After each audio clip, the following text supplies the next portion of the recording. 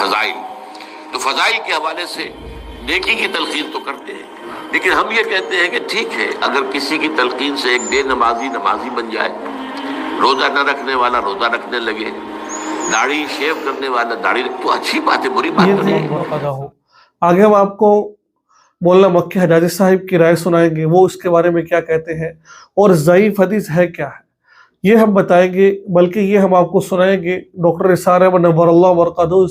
ضعیف حدیث کی تعریف کیا کرتے ہیں۔ جب سے ارشاد بھٹی صاحب نے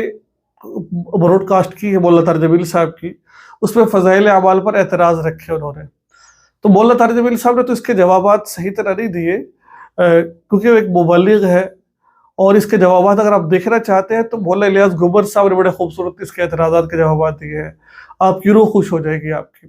اب ضعیف حدیث کے بارے میں جو کہا جاتا ہے کہ بھئی فضائل اعمال میں ضعیف حدیث ہے، اس کے بارے میں مولانا مکی حجازی صاحب کیا فرماتے ہیں، آئیے پہلے ان کی گفتگو سنتے ہیں، پھر اس کے بعد ہم گفتگو سنیں گے کہ بھائی ضعیف حدیث ہے کیا، ضعیف حدیث کیا، اس پر عمل کرنا چاہیے نہیں کرنا چاہیے، پھر اس کے بعد ہم وہ سنیں گے، پھر آخر میں آپ کو ایک بات سمجھاؤں گا، اس کے بعد بات کا اختتام ہوگا۔ آئیے چلتے ہیں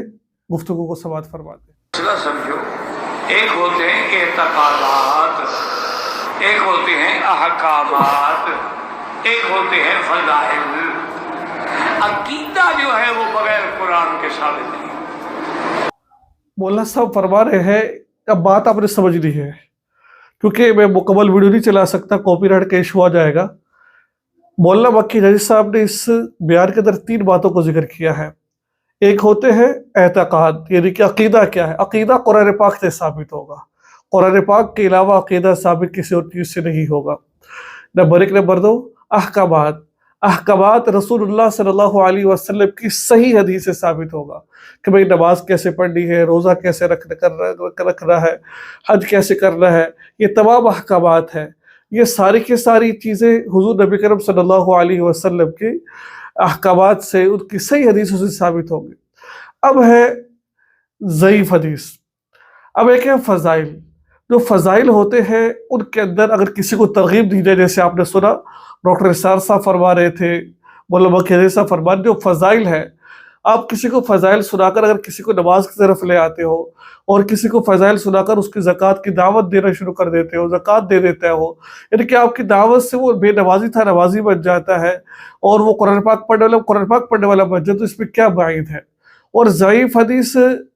میں آپ کو سناتا ہوں کہ اس کے بارے میں ڈاکٹر نثار احمد نور اللہ مرقدہ نے ضعیف حدیث کس کو قرار دیا ہے، پھر میں آپ کو مزید آگے تفصیل گفتگو سنا گا وہ کیا کہتے ہیں۔ آئیے پہلے ڈاکٹر نثار احمد صاحب کی ضعیف حدیث کے بارے میں گفتگو کو سنتے ہیں۔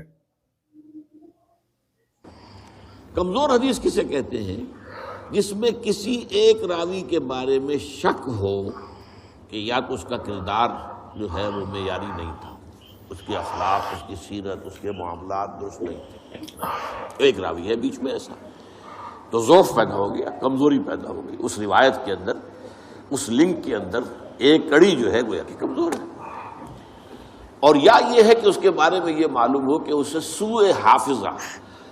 میموری جو ہے وہ اس کی کمزور۔ آپ نے سنا کہ ضعیف حدیث کس سے کہا جاتا ہے؟ حدیثوں کی ایک قسمیں ہوتی ہیں، حسن حدیث، حدیث صحیح، حدیث موضوع، حدیثوں کی مختلف قسمیں ہوتی ہیں۔ اب جو ضعیف حدیث کہا گیا کہ فضائل اعمال میں ضعیف حدیثیں ہیں، اب ضعیف حدیث کا مطلب یہ نہیں کہ بالکل یہ غلط ہے،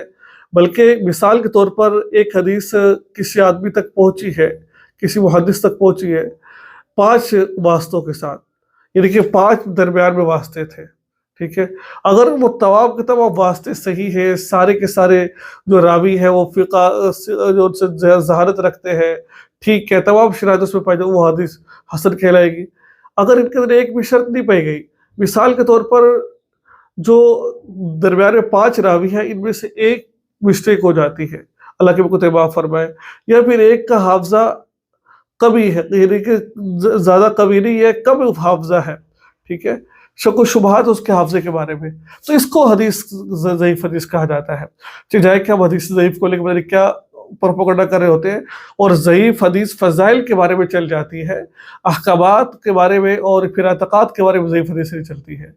اور امام اعظم ابو حنیفہ رحمہ اللہ، امام احمد بن حنبل غالباً ان کے بارے میں یہ مشہور تھا کہ اگر